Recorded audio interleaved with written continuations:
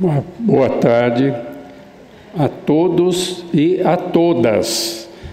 Eu prudentemente assinalo isso para que não me acusem de discriminação. De maneira que é um prazer muito grande estar aqui com todos e todas e com a imensa satisfação e a honra de ter o desembargador Ricardo Marques da Fonseca presidindo esta nossa reunião. O desembargador Ricardo da Fonseca, para mim, é uma prova de que eu não fracassei totalmente como professor. Eu consegui fazer coisas boas também. E tenho a pretensão, pelo menos, de ter dado alguma contribuição para que ele fosse tão brilhante como é. Pelo menos não atrapalhei a sua carreira, né? Pois bem, eu quero dizer que recebi, muito honrado, com imensa satisfação, o convite que me foi feito neste tribunal, assinado pela desembargadora Ana Carolina, para que viesse aqui fazer uma reflexão a respeito do tema da democratização do Poder Judiciário. Eu costumo dizer que é uma reflexão em voz alta. É repensar um tema que é de fundamental importância. Realmente é um tema básico para o Brasil, para a democratização brasileira, para que haja efetivamente uma sociedade justa. E eu queria, então, iniciar, peço licença para fazer isso, fazendo uma pequena referência que se encontra num livro que eu publiquei, que se chama exatamente O Poder dos Juízes. É uma reflexão sobre o papel do judiciário, o papel dos juízes, o poder dos juízes. E, entre outros assuntos enfocados, está exatamente um que tem num subtítulo Democratização e comportamento e organização, tratando do Poder Judiciário. E eu peço licença para ler um pequeno trecho em que eu digo isso. Um ponto fundamental que deve ser objeto da discussão sobre a reforma do Judiciário é a democratização do Poder Judiciário, que é exatamente o tema que me foi proposto. Tem sido muito frequente nos últimos anos a aproximação teórica entre democracia e Poder Judiciário, sendo generalizada a opinião de que não é possível a prática da democracia sem uma organização judiciária independente e capaz de atuar com eficiência na salvaguarda dos direitos fundamentais da pessoa humana. Mas aí eu acrescento mais adiante. Quando se fala em democratização, no caso do judiciário, isso implica duas exigências fundamentais. Em primeiro lugar, a mudança de atitude do judiciário no relacionamento com o povo e a sociedade em geral. Esse é um primeiro enfoque, é uma primeira questão fundamental que eu vou examinar na minha exposição. Esta mudança da própria atitude do papel judiciário para que haja democratização. E, em segundo, é indispensável considerar igualmente a mudança interna do judiciário em sua organização e seus métodos. Quer dizer, na verdade, a democratização, a questão da democratização, implica essas duas perspectivas. A democratização relativamente ao papel social do judiciário. E sobre isso é que eu vou fazer a primeira parte da abordagem, que é muito importante que se conheça ou se relembre a evolução do judiciário nos tempos modernos para que ele chegasse àquilo que ele é hoje. Quer dizer, eu diria o seguinte, esta evolução vai nos mostrar que houve um progresso, quer dizer, houve melhorias, embora persistam ainda muitos problemas. E é muito importante também a relembrança desta evolução para nós percebermos que, em alguns aspectos, pelo menos em parte do judiciário, permanecem vícios, permanecem restrições que vem desta história, de vícios e restrições que, em parte, foram superados e, em parte, permanecem. Então, eu começo me colocando no século XVIII, um momento extremamente importante da história da humanidade, é um momento de transformação em que, na verdade, se colocam as bases do tipo de sociedade em que nós estamos vivendo. Quer dizer, o que vai acontecer fim do século XVII, a rigor, e depois século XVIII, é uma transformação, é a superação dos padrões feudais, é a superação do feudalismo com a colocação de um novo tipo de sociedade que, rigorosamente, em termos de história, em termos da prevalência, nós podemos e devemos chamar de sociedade burguesa. Quer dizer, é o momento em que há uma prevalência de um outro tipo de interesse. Então, colocando-nos no fim do século XVII, na Inglaterra, é onde vai ocorrer a primeira Revolução Burguesa, 1689, os lordes ingleses destituem o rei, que era católico e absolutamente violento, absolutista, arbitrário, e começa uma nova fase. Mas nesta substituição vão ocorrer coisas muito curiosas e interessantes. Uma curiosidade que é realmente surpreendente é que, para não quebrar a continuidade total do sistema e por respeito às velhas tradições, os lordes destituíram o rei católico, mas não eliminaram a monarquia. E então, quem é que vai ser o novo rei da Inglaterra? E aqui acontece uma coisa muito curiosa, porque a filha do rei que foi destituído, deposto, era casada com um príncipe alemão, da casa de Hanover. E então, o que é que eles fazem para conciliar as coisas? Convidam este príncipe alemão para ser rei da Inglaterra. E ele ficou rei da Inglaterra. É o rei Jorge I, Jorge de Hanover. E com uma curiosidade, ele não falava inglês e nunca aprendeu a falar inglês. A Inglaterra tinha um rei que não falava inglês. Isso teve consequências, teve desdobramentos, porque por exigência, então, dos grandes proprietários, da nobreza, o rei tinha que comparecer ao parlamento para dizer o que é que o governo estava fazendo e ia fazer. E como ele não falava inglês, o seu ministro mais importante era quem falava em lugar dele. E por isso ele foi chamado de primeiro-ministro. E foi assim que nasceu o parlamentarismo, porque o rei da Inglaterra não falava inglês. Mas aí cresce, desenvolve-se ainda o parlamento com esta nova camada de participantes que eram grandes proprietários de terras sem títulos de nobreza. E então o parlamento inglês vai ter duas casas. Hoje a gente tem no Brasil a Câmara e o Senado, mas a origem disso está no sistema inglês, que criou duas câmaras, a dos lordes, era dos nobres, e a dos comuns, chamados comuns porque não tinham título de nobreza. E aí se instala esse tipo de governo. Mas a esta altura, a função de juiz, a função jurisdicional, era privilégio da nobreza. Os nobres é que realizavam justiça segundo suas conveniências, evidentemente. Não havia, na verdade, nenhuma preocupação com justiça. Era a preservação da ordem para garantia dos seus interesses. Mas isto acabou também estimulando outros movimentos, esta rebelião estimulou outros movimentos e, no século seguinte, a primeira vítima desta rebelião foi a própria Inglaterra, quando as colônias inglesas da América do Norte proclamaram a sua independência, 1776.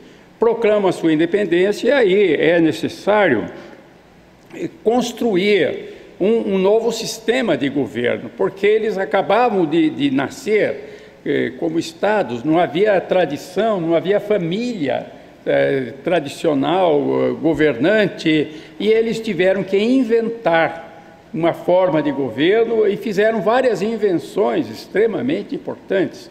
E foi então, porque não havia uma casa governante real, tudo isto, foi que inventaram o sistema republicano com a presidência da República. Mas, ao mesmo tempo, para evitar aquilo que eles já conheciam, que era o excesso de concentração do poder, e aí já sob influência de algumas obras teóricas, resolveram criar o sistema de separação dos poderes.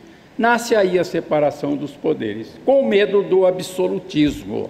Mas, para consagrar o sistema, para que não houvesse dúvidas, resolveram colocar isso tudo num papel. Quer dizer, haviam feito uma declaração de independência das antigas colônias, mas aí inventaram um documento básico escrito que dizia como estava constituído este novo Estado. E esse documento foi chamado Constituição.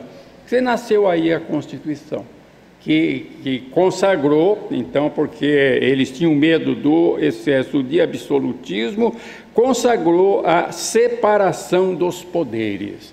E aí há coisas muito interessantes, eu não vou descer a pormenor, ficaria comprido demais, mas lembrar um aspecto relacionado com o judiciário que é muito importante, porque, como eu já disse há pouco, o judiciário era um privilégio da nobreza. Quando se proclamou a independência, não havia nobreza. Os Estados Unidos da América estavam nascendo. Mas eles tiveram a ideia de que era conveniente a separação dos poderes, um legislativo e um executivo, mas paralelamente um judiciário. Então, como não havia mais um nobre para promover a justiça, para exercer função jurisdicional, criaram um poder judiciário. E aqui tem um registro que é muito interessante, há um registro expresso na obra de um dos grandes líderes americanos, Thomas Jefferson, quando ele se refere aos poderes. E ele então explica por que a separação dos poderes, a grande importância do legislativo, mas o grande perigo, mas também a importância de separar o legislativo do executivo, que agiria dentro de certas limitações que estavam na Constituição e nas leis que fossem feitas pelo Legislativo. E o Jefferson escreve com todas as letras. Bom, vamos ter paralelamente um terceiro poder para a solução dos conflitos. Mas aí ele escreve, isso é textual, está num trabalho de Jefferson, que esse terceiro poder é o judiciário, e ele diz isso, mas ele não tem grande importância, porque ele não tem nem a bolsa, nem as armas. Quer dizer, ele não manipulava o dinheiro, ele não tinha poder econômico, ele não tinha bolsa, e ele não tinha as armas, ele não tinha como impor qualquer decisão, ele não poderia fazer qualquer imposição ao povo e aos demais poderes.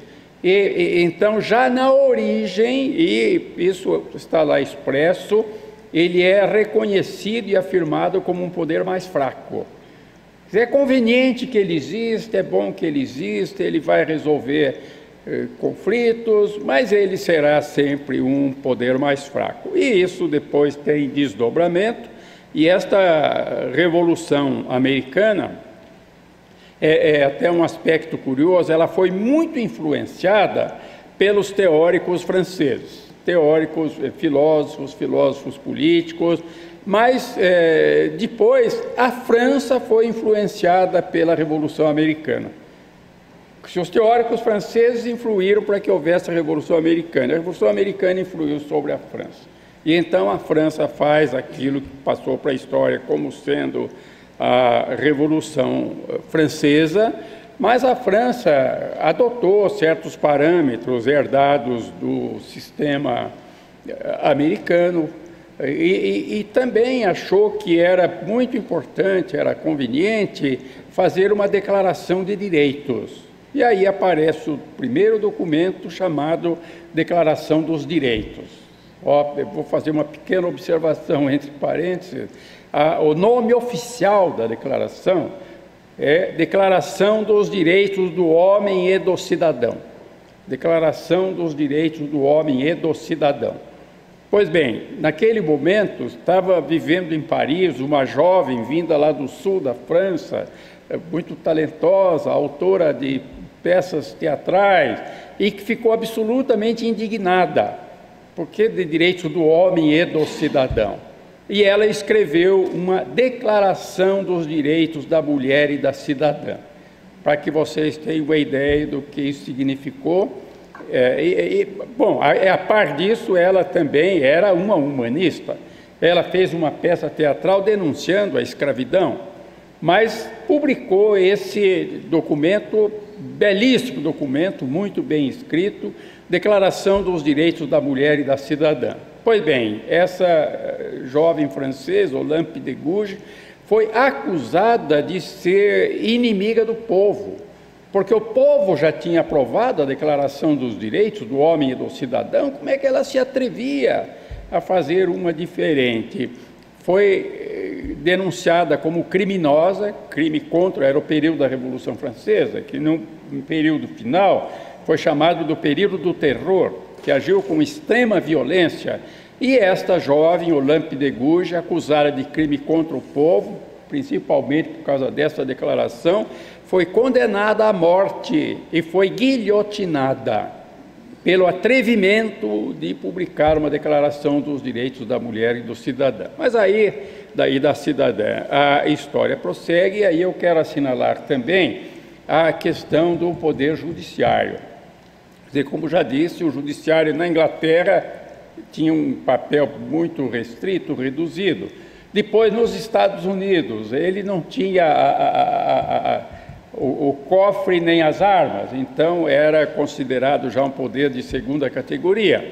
E na França ocorria um dado curioso, que está registrado numa pequena obra autobiográfica de Montesquieu, é que a função de juiz era um privilégio da nobreza. Só os nobres é que podiam ser juízes. E o que Montesquieu relata é que ele herdou de um tio o cargo de juiz. Herdou, e ele era muito rico, tinha terras, mas se interessava por filosofia, escrevia tudo isso.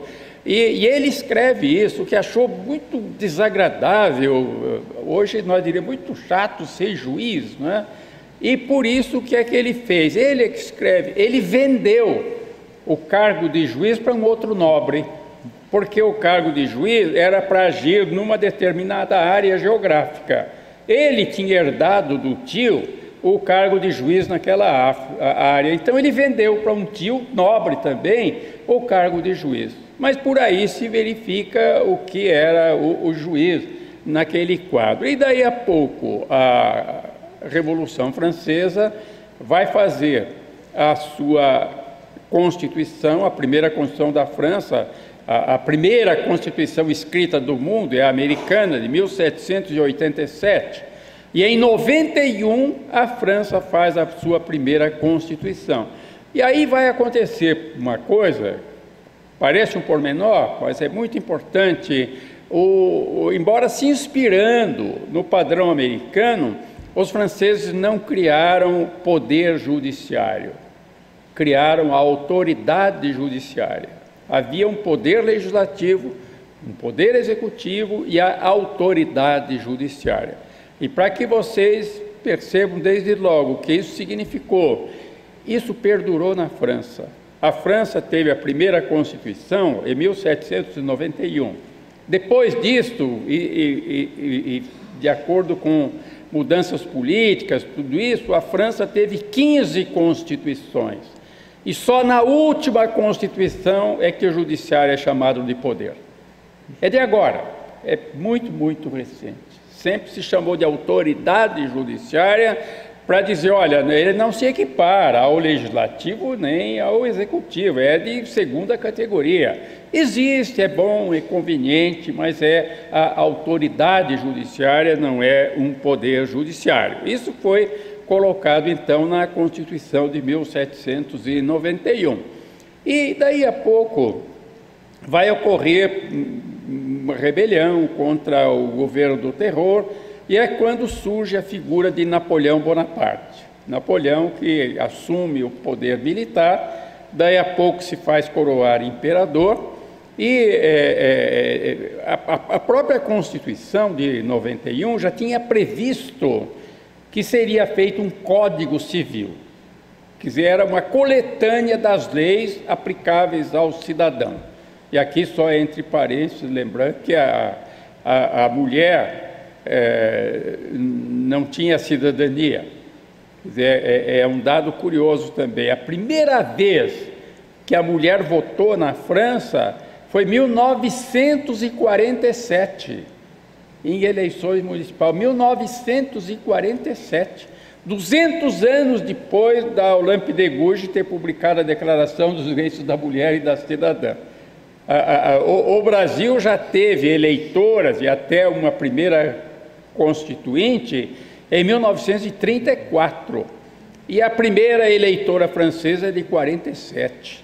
Mas aí, como é que fica a questão do judiciário? Então, a questão do judiciário, primeiro era a propriedade dos nobres, depois com o napoleonismo vai se modificar, continua existindo a autoridade judiciária, não o poder, e então, dando aplicação a uma previsão da Constituição, Napoleão manda que se faça o Código Civil. É a coleção das leis civis. Então, a Assembleia Francesa elabora o Código Civil, coletânea das leis civis, e um dado que é muito importante, que está presente ainda hoje na França, é que o Código Civil, feita pela Assembleia Francesa, será considerado a lei mais importante da França. Mais importante da França. A França tinha feito a Constituição, fez ao todo 15 constituições, mas até hoje só tem esse Código Civil, que é de 1804.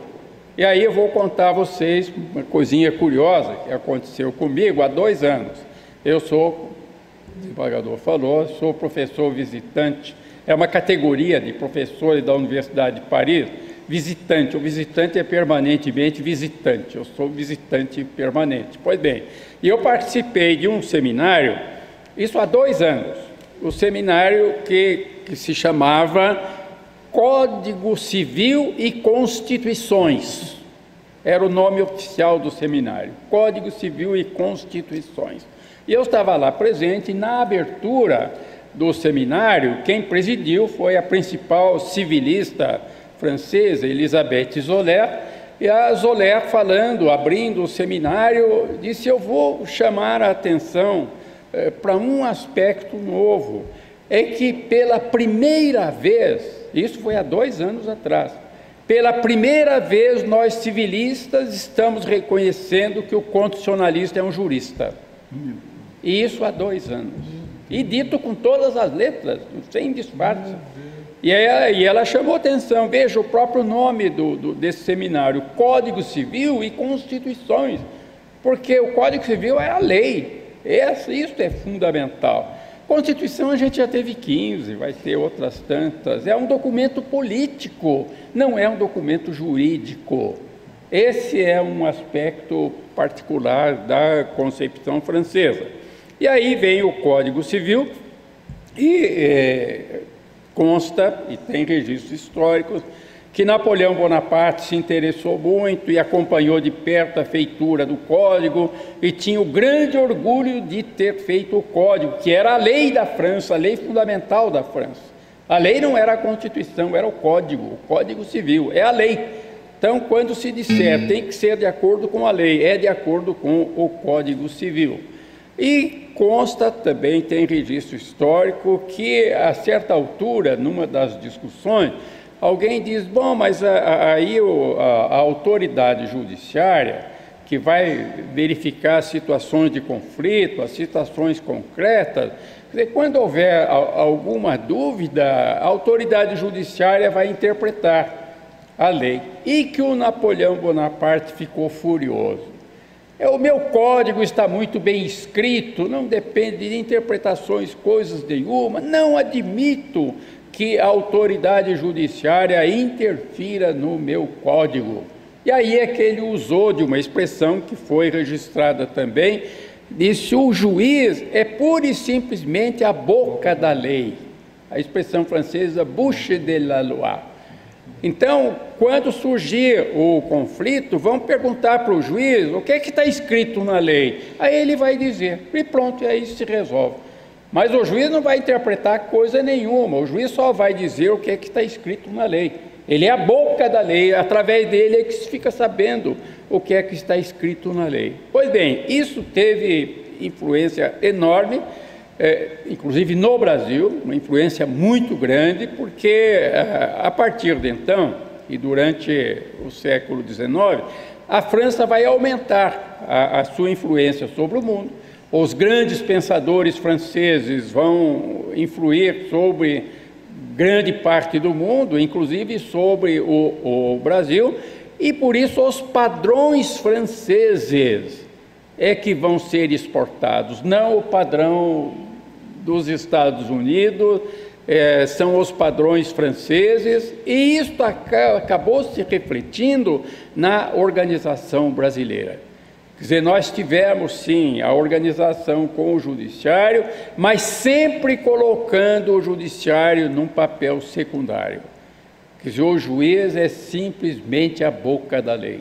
E depois vem todo o século XIX, com uma série de modificações importantes, o desenvolvimento do industrialismo, a formação da classe operária.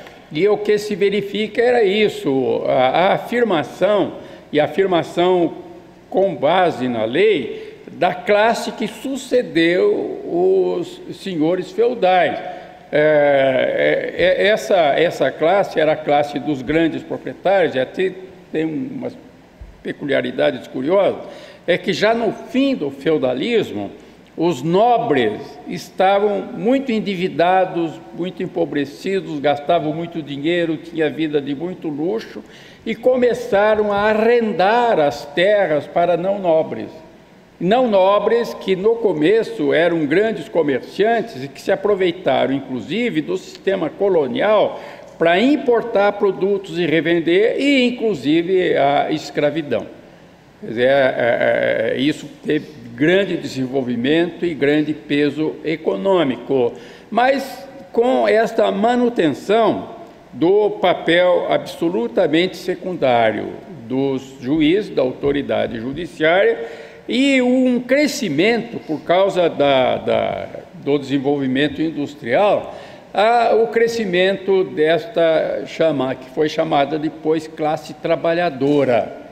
E aqui quero trazer também um dado da história. Eu gosto muito de história. A história, há uma expressão de um grande mestre francês, Marco Túlio Cícero, diz: a história é mestra da vida, senhora dos tempos, luz da verdade.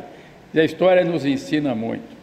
E então, o que eu queria lembrar é isso, é que nos primeiros anos da Revolução Francesa, quando já foi crescendo a classe dos trabalhadores, mas ainda tudo concentrado perto de Paris, e eles trabalhando com absoluta injustiça, sem nenhum direito, nenhuma proteção, ganhando miséria, as famílias morando mal, eles começaram a se reunir para fazer reivindicações e protestar. E onde é que eles se reuniam? Eles se reuniam numa praça que fica em Paris, exatamente ao lado de onde hoje é a prefeitura de Paris, e por ali passava o rio Sena. E o rio Sena deixava entulhos, especialmente um pedregulho grande que era chamado de greve. E por isso a Praça da Greve. Praça da Greve porque tinha greve, e era onde os operários se reuniam. E como eles se reuniam para fazer reivindicações, isso acabou denominando o movimento operário de greve, porque a reunião era na Praça da Greve. Pois bem, qual foi a reação? A reação foi uma lei, a lei tem o nome do seu propositor, que é Le Chapelier. A lei Le Chapelier proibia, considerava crime reunião de trabalhadores. E isso vai atravessar todo o século XIX. E então, quando se chega no fim do século XIX, já houve um desenvolvimento muito grande das indústrias, das novas técnicas industriais, e obviamente aumentou muito o número de trabalhadores, de famílias de trabalhadores, mas sem nenhum direito e sem nenhuma proteção. Então é quando surgem movimentos, é quando surge o marxismo, a ideia de socialismo, tudo isso considerado altamente subversivo, um movimento revolucionário, perigoso, que tinha que ser detido, inclusive, pela força. E é quando vai surgir, já no final do século, 1891, um documento que é extremamente importante para o direito do trabalho, que é a encíclica Rerum Novarum, do Papa Leão XIII. Como se lembra, a encíclica é uma carta que o Papa escreve aos católicos.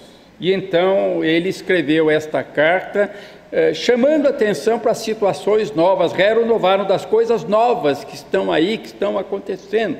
E vejam o que é que o Papa Leão XIII escreveu: os progressos incessantes da indústria, a influência da riqueza nas mãos de um pequeno número ao lado da indigência da multidão.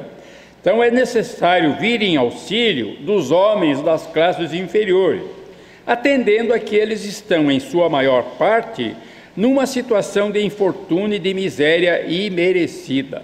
Há muitas situações injustas. Deve-se acrescentar o monopólio do trabalho e dos papéis de crédito, que se tornaram o quinhão de um pequeno número de ricos e opulentos, que impõe assim um jugo quase servil à imensa multidão dos proletários. E aí ele conclui: é preciso conciliar ricos e pobres, lembrando a cada classe os seus deveres recíprocos. Era uma tentativa de busca de conciliação, mas chamando a atenção para a existência desta tremenda injustiça. Mas aí, a esta altura, já se tinha superado completamente todo o resquício de feudalismo, tinha se afirmado a nova classe, e aqui há também um pormenor de linguagem que é muito curioso, é que o novo rico não morava na zona rural, morava nas cidades. E por esta razão, até uma palavra de origem germânica que falava da cidade é que foi utilizada para designar essa nova categoria. Era o burgo e era o burguês. O burguês, porque não morava no campo, morava na cidade. E o burguês é o novo rico, é o novo poderoso. E o que nós vamos verificar, para lá de sabido, é que o burguês acaba exercendo o controle do poder político. E então se cria a sociedade burguesa, defendendo, evidentemente, os interesses burgueses. Aliás, isso já tinha ficado evidenciado na própria Declaração dos Direitos do Homem e do Cidadão, aprovada pela França em 1789. Exalta-se muito a liberdade. Mas por que a liberdade? Porque estavam fazendo oposição à interferência da nobreza, à interferência do feudalismo, à interferência do rei, que era fora de qualquer limite legal. Então a liberdade era fundamental, a liberdade do indivíduo, porque tinha havido situações assim, em que o nobre, grande devedor, não querendo pagar, querendo livrar-se das dívidas, aproveitava-se da sua situação privilegiada para mandar prender o seu credor, acusá-lo de crime, e além de outras violências praticadas desse tipo. Por isso a liberdade foi afirmada como um direito fundamental. Mas, a parte disso, um outro pormenor extremamente curioso também, o único direito que na Declaração Francesa aparece como direito sagrado, com essa expressão, o direito sagrado, é o direito de propriedade. porque havia o risco do confisco, do excesso de tributação, então é preciso respeitar o direito sagrado de propriedade. E dessa maneira é que se vai desenvolver a sociedade, que depois muitos teóricos classificaram como a sociedade burguesa, os valores burgueses, e alguns usam a expressão liberal burguesa, porque a liberdade era a liberdade para a burguesia, a liberdade de que a burguesia necessitava. E aí, então, é que se vai chegar ao século XX, e sempre relembrando que o Brasil foi, desde o começo do século XIX, desde a monarquia brasileira, foi fortemente influenciada pelos padrões franceses. E em relação à magistratura brasileira, ao judiciário brasileiro, se aplicou rigorosamente a ideia: o juiz é boca da lei. O juiz não tem nada que interferir, interpretando, dizendo que isso é mais justo. Isso não é papel dele. Ele tem que se limitar a dizer o que é que está escrito na lei. Então surgiu uma situação qualquer, como é que se resolve isso? Pergunta para o juiz o que é que a lei diz. E o juiz é a boca da lei. E o juiz vai dizer: olha, a lei diz isso, então é isso que tem que ser feito. Sem nenhuma outra consideração, sobre se é justo ou injusto. O que importa é o que está escrito na lei. E aí se chega então ao século XX, e aqui vão acontecer coisas importantes. Uma delas é que, em grande parte, por causa dos conflitos econômicos, vai ocorrer a Primeira Guerra Mundial. Primeira Guerra Mundial, um conflito entre grandes potências, mas basicamente por disputas de interesse econômico. Entretanto, a esta altura, já estava muito desenvolvido o industrialismo. E também, embora todas as repressões, já havia se desenvolvido a organização de trabalhadores. E então, com medo de que esses trabalhadores provocassem uma rebelião, pusessem em risco a segurança da burguesia, foi que se começou a admitir a hipótese, a possibilidade, ou talvez até a necessidade de considerar direitos dos trabalhadores, coisa que até então, como ficou denunciado por Leão XIII, ninguém levava em conta. E então, veja, é um dado fundamental. A Primeira Guerra Mundial termina em 1918, durou de 14 a 18. Em 19 é criada a Organização Internacional do Trabalho.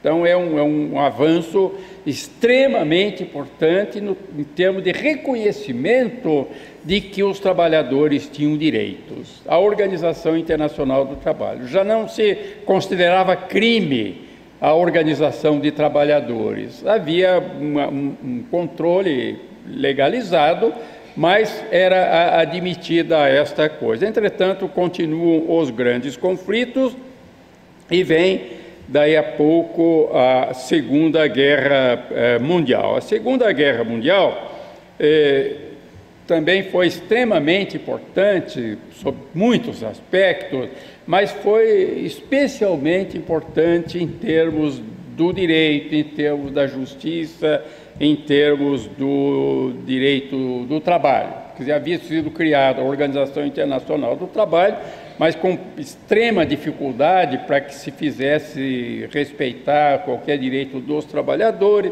conflitos econômicos de grande envergadura, vem a Segunda Guerra Mundial, que durou de 39 a 45. E um dado que é curioso, é importante ressaltar, é que a Primeira Guerra Mundial tinha sido reconhecida como a mais violenta, a mais perigosa de todas as guerras que a humanidade já tinha visto.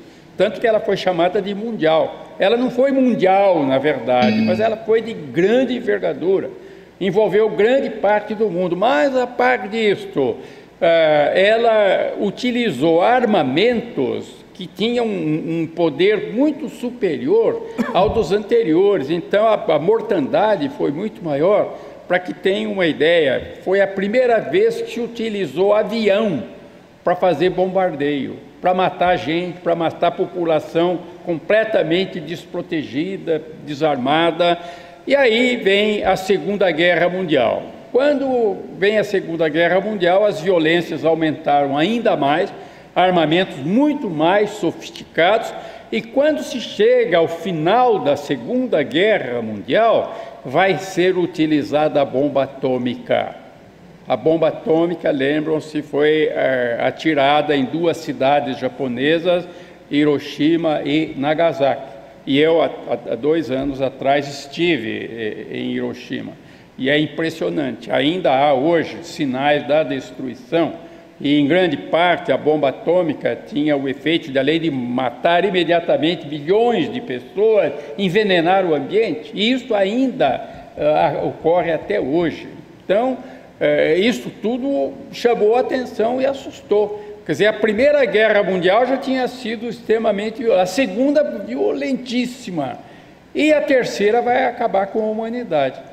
Então, por isso, é preciso criar instrumentos, criar organismos que procurem impedir a ocorrência da Terceira Guerra Mundial. E a esta altura, também, em consequência, pelas denúncias feitas pelos socialistas, denúncia feita pelo Papa Leão XIII, se tinha verificado que a questão da organização da sociedade, a situação dos trabalhadores, tinha que ser repensada, era muito séria, porque isso seria um foco de rebelião. Quer dizer, as tremendas injustiças são um estímulo, quase que uma exigência à prática de violência, de rebeliões que podem ficar absolutamente fora de controle. Foi por esta razão, com medo destas violências decorrentes da injustiça, da situação social injusta. Foi por causa disso que se criou a Organização das Nações Unidas, com o principal objetivo de trabalhar para a manutenção da paz. E a Organização das Nações Unidas, então, produziu um belíssimo documento que é a Declaração Universal dos Direitos Humanos. E aqui há um pormenor curioso também que eu vou ressaltar. A delegação francesa na ONU disse isso, mas a primeira declaração de direitos foi a da França. Então, em homenagem a esse precedente histórico, a declaração da ONU deve se chamar também Declaração dos Direitos do Homem e do Cidadão. Mas estava presente na ONU uma mulher que era membro da delegação dos Estados Unidos, que era a viúva do presidente Franklin Roosevelt, Eleanor Roosevelt. E Eleanor Roosevelt disse, porque quando protestaram o nome, Declaração dos Direitos do Homem, disse, não, do homem aí é uma expressão genérica. E ela disse, nada, vocês nos enganaram uma vez, não vou enganar duas, não. Tem que se chamar Declaração dos Direitos dos Seres Humanos. E usando a expressão inglesa, Human Rights. E daí nasce a expressão direitos humanos.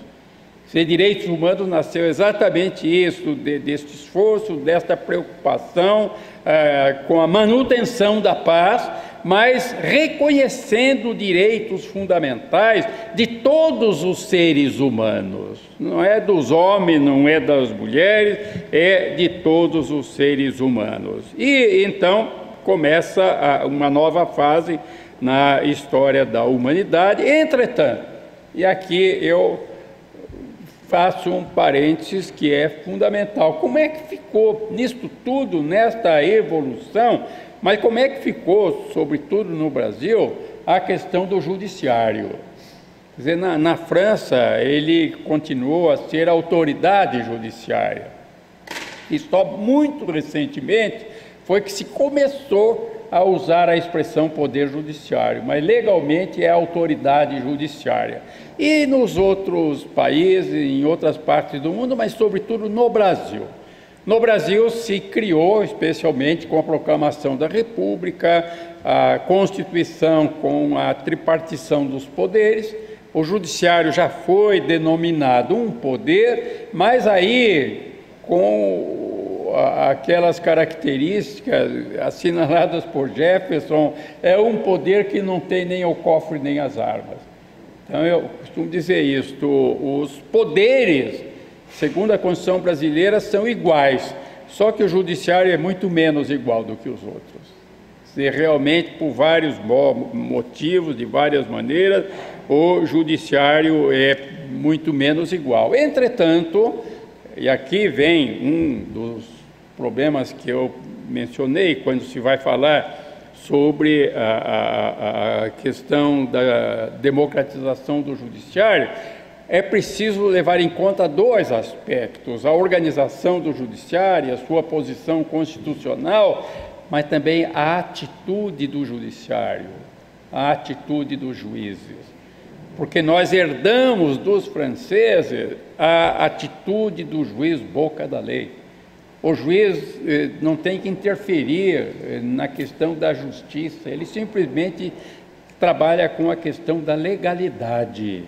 E isso foi muito desenvolvido, foi mantido, desenvolvido entre nós, e a tal ponto que ainda hoje, eu posso falar com a minha experiência, eu circulo por esse Brasil afora, e especialmente num aspecto eu tenho bastante contato com o judiciário nas decisões, é que eu há quase 50 anos trabalho para índios, e em muitos casos de agressão aos índios, às pessoas dos índios, à comunidade indígena, aos direitos dos índios consagrados na Constituição, a posição dos juízes é a pior possível, é a mais formalista possível, absolutamente injusta. Isso, infelizmente, acontece.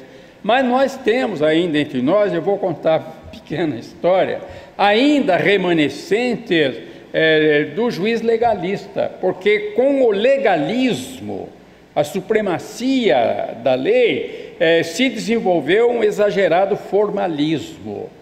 Então o juiz tem que dizer o que está escrito na lei, quais são as formalidades que devem ser praticadas. Entretanto, quando a história prossegue, continua, chega um momento em que o Brasil vai criar, porque isso vinha já ocorrendo em outras partes do mundo, o Brasil vai criar um poder judiciário dedicado às questões do trabalho, vai criar uma justiça do trabalho. E aqui eu vou contar a vocês um pouco, rapidinho, um pouco da minha experiência, da minha memória. Primeiro, eu era aluno da Faculdade de Direito, era estudante da Faculdade de Direito do Largo de São Francisco, a faculdade da USP, quando foi criada a disciplina que iria lecionar Direito do Trabalho. Entretanto, havia muita resistência dos professores a esse direito de trabalhadores, essa classe inferior, imagine, na Faculdade de Direito. E então, valendo-se de que a ONU tinha incluído as normas trabalhistas entre os direitos sociais, o que se criou foi a disciplina chamada Direito Social. Ela nasceu, eu era estudante, era aluno da faculdade, quando foi criada a disciplina Direito Social. Eu era aluno do segundo ano e Direito Social foi criado no terceiro ano. E aí eu vou contar uma coisa pitoresco, mas que eu presenciei.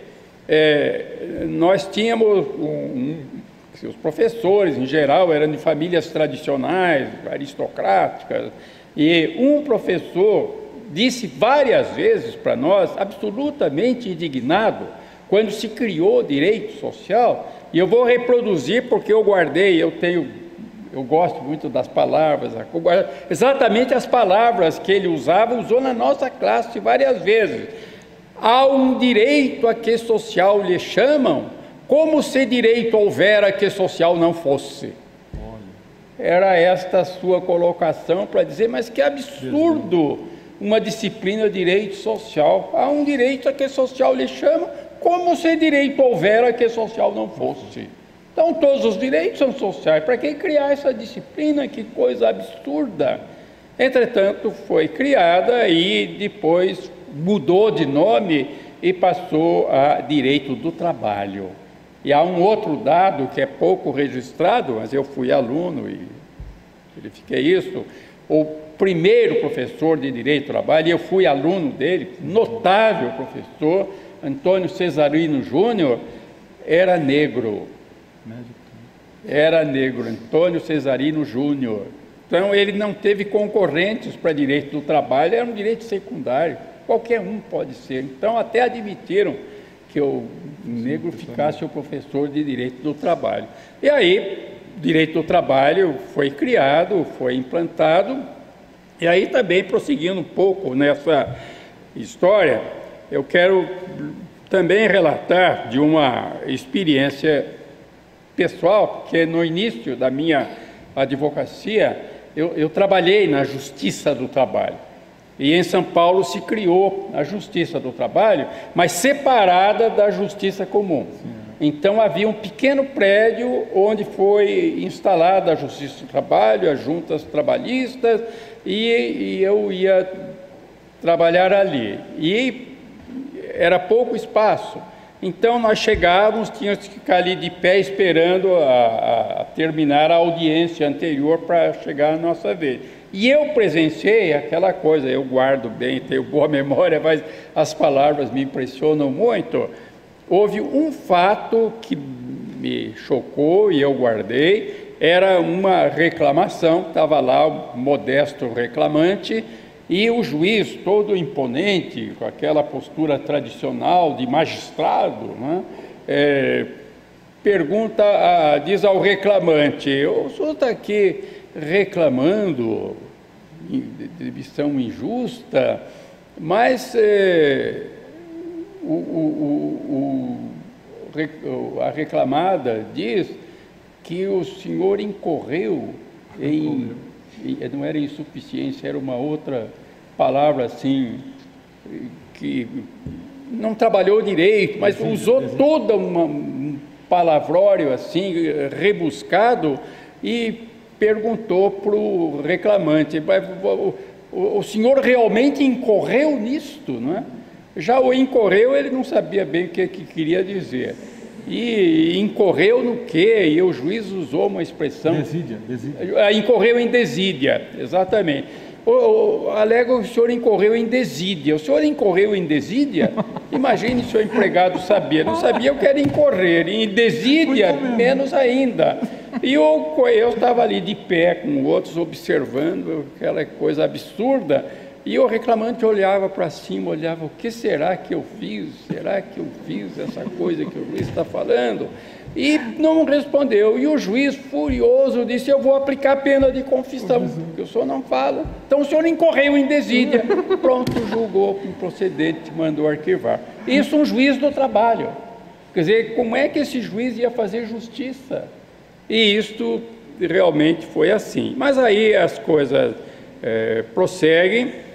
E depois vem novos tempos, e em decorrência da Declaração Universal dos Direitos Humanos, surge um novo constitucionalismo, e esse novo constitucionalismo dá uma ênfase enorme ao judiciário. Quer dizer, o judiciário, mesmo nos Estados Unidos, mesmo não tendo o cofre e as armas, passa a ser muito mais prestigiado. E um dado curioso é que agora, bem recentemente, a França começou a chamar o judiciário de poder, que até bem recentemente, até agora, era autoridade judiciária, agora já começa o poder. Mas aí o que se vai verificar é que há poucos anos, o primeiro movimento desse tipo vem dos Estados Unidos, mas sob influência do neoconstitucionalismo, começa a haver uma mobilização para que o judiciário realmente assuma o papel de juiz, de garantidor da justiça. Então, se o judiciário é a justiça, o juiz tem o compromisso de procurar fazer justiça. Então, ele tem que ir muito além do mero legalismo, ele tem que ser muito mais do que a boca da lei. E exatamente nesta sequência desta mobilização, desta nova consciência, é que vai surgir nos Estados Unidos um movimento muito importante que foi chamado de ativismo judiciário. Se o judiciário não é mais o boca da lei, não é mais um autômato, não, ele vai denunciar as injustiças também, ele vai exigir justiça e se desenvolve então um ativismo judiciário. Eu tenho também relacionamento, já dei aulas na Universidade do Texas, tudo, e eu pude ouvir isso muito lá, professores dos mais tradicionalistas absolutamente furiosos com esse atrevimento do juiz, esse atrevimento do judiciário. O seu judiciário tem que dizer o que está na lei, nada disso, de querer questionar as situações se são justas ou injustas, mas se desenvolveu muito esse movimento ativismo judiciário. Mas, a par disso, vai ter grande desenvolvimento e grande importância um movimento que se verificou na Itália. Na Itália vai se criar o movimento chamado Magistratura Democrática. E eu também, como eu já disse, além de neto de italianos, eu tenho bastante contato com a Itália, tive muitos contatos, e especialmente com um notável juiz italiano que esteve no Brasil 2 ou 3 vezes, Salvatore Senesi, que foi um dos criadores do movimento Magistratura Democrática. E eu quero aqui reproduzir, então, algumas palavras do Senesi, que eu acho muito expressivas. Exatamente dentro desta discussão, quer dizer, rebatendo aqueles que diziam: o juiz está exorbitando, imagine querer realizar justiça, não é papel deles, não é? E aí o Senesi escreveu isso, está escrito num dos trabalhos do Senesi. Pode o juiz de um Estado burguês, sem violar as regras do jogo, conseguir não ser instrumento da classe dominante? E, pelo contrário, ser, como e enquanto juiz, instrumento de emancipação das classes subalternas? Pode ele, de modo não apenas voluntarioso, inverter suas funções tradicionais? E aí ele diz: uma tal atitude da parte do magistrado, nos momentos de aguda crise social, é possível quando ele se sustentar por uma cultura jurídica atenta aos valores. Então não é mais o formalista, o boca da lei, ao conteúdo das normas, cultura que lhe consente captar as contradições entre os valores constitucionais e os valores das leis ordinárias. Uma cultura que, em resumo, lhe permite historicizar os conteúdos normativos e exprimir sobre eles juízos de valor. Quer dizer, então, Senesi, defendendo esta posição, que o juiz não é um mero aplicador formal da lei, dos preceitos formalmente legalizados. Não, ele tem um compromisso com a justiça. Ele não vai ignorar a lei, evidentemente, mas ele não vai simplesmente se limitar a dizer é isso que está escrito na lei. Ele vai, inclusive, segundo assinala Senesi, ele vai assinalar até e mesmo injustiças contidas na lei, injustiças legalizadas. Mas se é injustiça, ele deve dizer: isto é injusto, aqui ocorre uma injustiça. Mas, a par disso, ele deverá o tempo todo estar atento em relação ao seu compromisso fundamental, que é um compromisso com a justiça, e aplicar o direito, não ser arbitrário, mas aplicar o direito com justiça.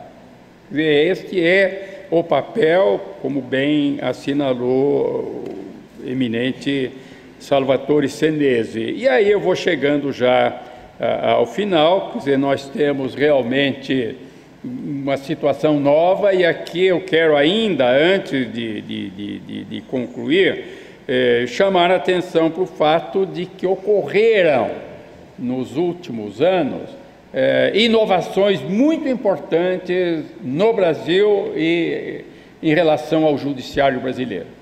Quer dizer, a primeira grande inovação foi a Constituição de 88.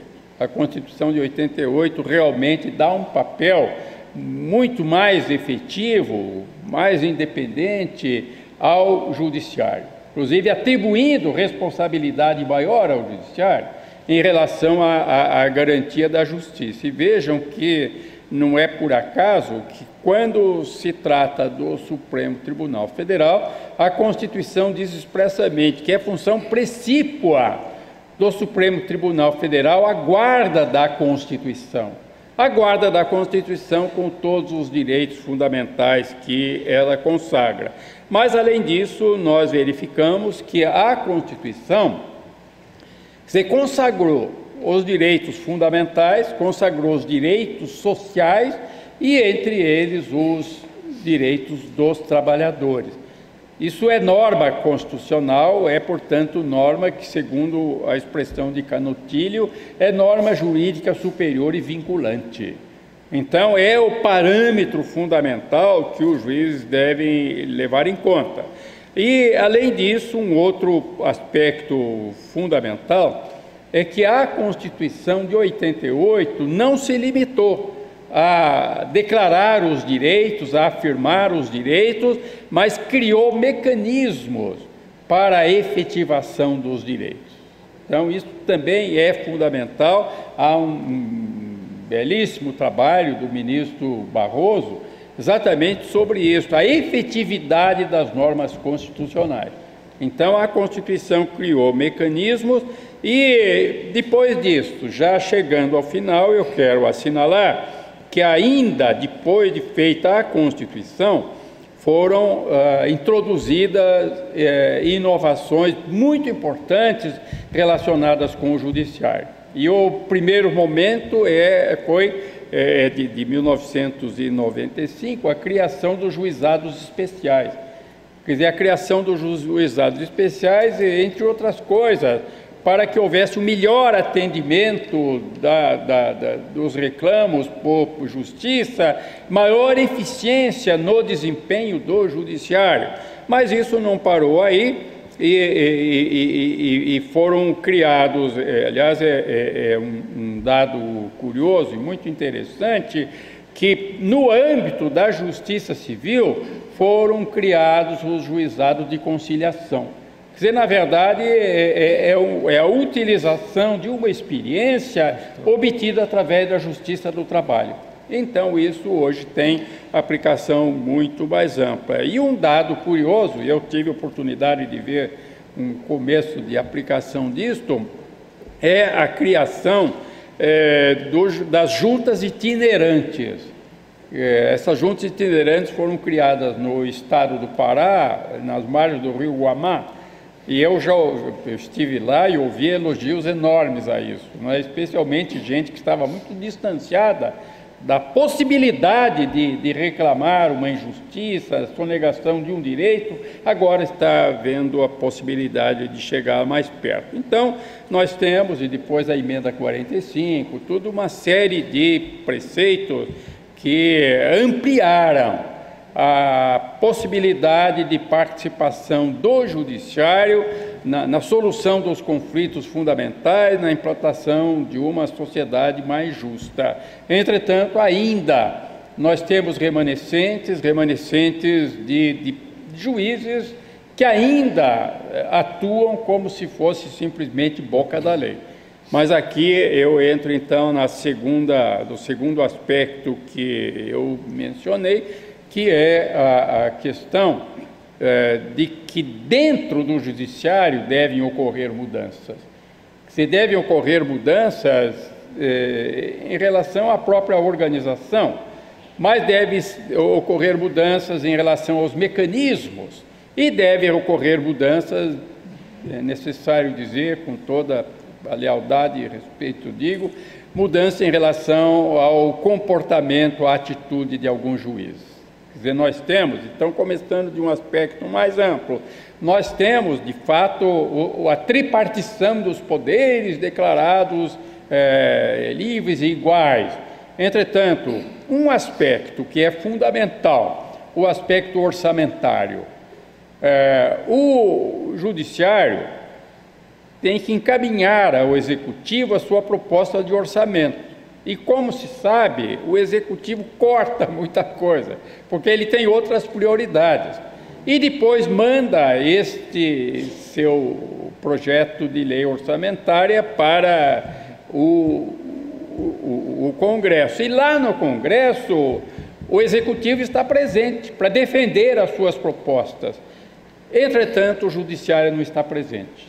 O Judiciário, que já perde quando o Executivo faz os cortes, vai perder muito mais, e tem perdido efetivamente, quando o projeto de lei orçamentária tramita pelo Parlamento. Porque os parlamentares estão muito mais interessados no seu eleitorado ou nos seus associados, infelizmente, nos seus sócios, no pior sentido da expressão. E hoje, infelizmente, nós estamos vendo isso. Eu vou me permitir dizer isso, eu já escrevi, já disse, assumo isto, que é comum se falar em bancada parlamentar. A bancada parlamentar do agronegócio, que é a bancada do boi. É a bancada parlamentar dos bispos, que é dos religiosos. A bancada parlamentar da bala, que é dos que querem violência, crime, uso de armas. Então eu digo isso, na verdade não há bancada parlamentar, é bancada parlamentar. Isso sim é que a gente tem, não é? Pois é, mas aí então é preciso que a gente reaja a isso, denuncie isso e procure efetivamente a aplicação dos preceitos constitucionais, mas reconhecendo esse papel do Judiciário. E aqui, para concluir, eu quero dizer isso, que, como eu estou dizendo, é necessário alterar a organização, o funcionamento do Judiciário, mas é preciso que os próprios juízes se compenetrem da sua responsabilidade, do seu dever para com a justiça. E eu me permito dizer, minha experiência como advogado de grupos indígenas. Eu sou índio honorário de 4 tribos, eu não pareço índio, mas eu sou. Eu fui advogado, inclusive no caso da Raposa Serra do Sol, tudo isso, não é? E então o que se tem verificado, e é a pura verdade, eu digo falando alto, é que em muitos estados o poder político influi para a escolha dos desembargadores, para a escolha de quem vai dirigir o judiciário. E a escolha é feita segundo as conveniências da burguesia dominante, dos grandes proprietários, do agronegócio, do grupo economicamente dominante. E eu já vi isso em relação às violências contra os índios, como eu já revelei, que os juízes dão toda a proteção, os juízes é injusto, há juízes que dão toda a proteção aos que cometem violência, cometem injustiça, contra disposições expressas da Constituição, contra o direito e contra a justiça. Então, por todas essas razões, eu quero aqui render as minhas homenagens a este judiciário que com firmeza, com coragem, com determinação, atua efetivamente procurando a realização da justiça. Mas eu acho que é muito importante que de dentro do judiciário é que surjam as propostas, surja o movimento para o aperfeiçoamento da própria organização dos mecanismos judiciários, para que a gente tenha efetivamente um poder judiciário efetivamente independente e que coloque como prioridade a realização da justiça. E eu concluo aqui com a belíssima expressão do Papa João Paulo II: justiça é o novo nome da paz. Vamos trabalhar pela justiça e seremos semeadores da paz. Muito obrigado. Eu falei um pouco demais.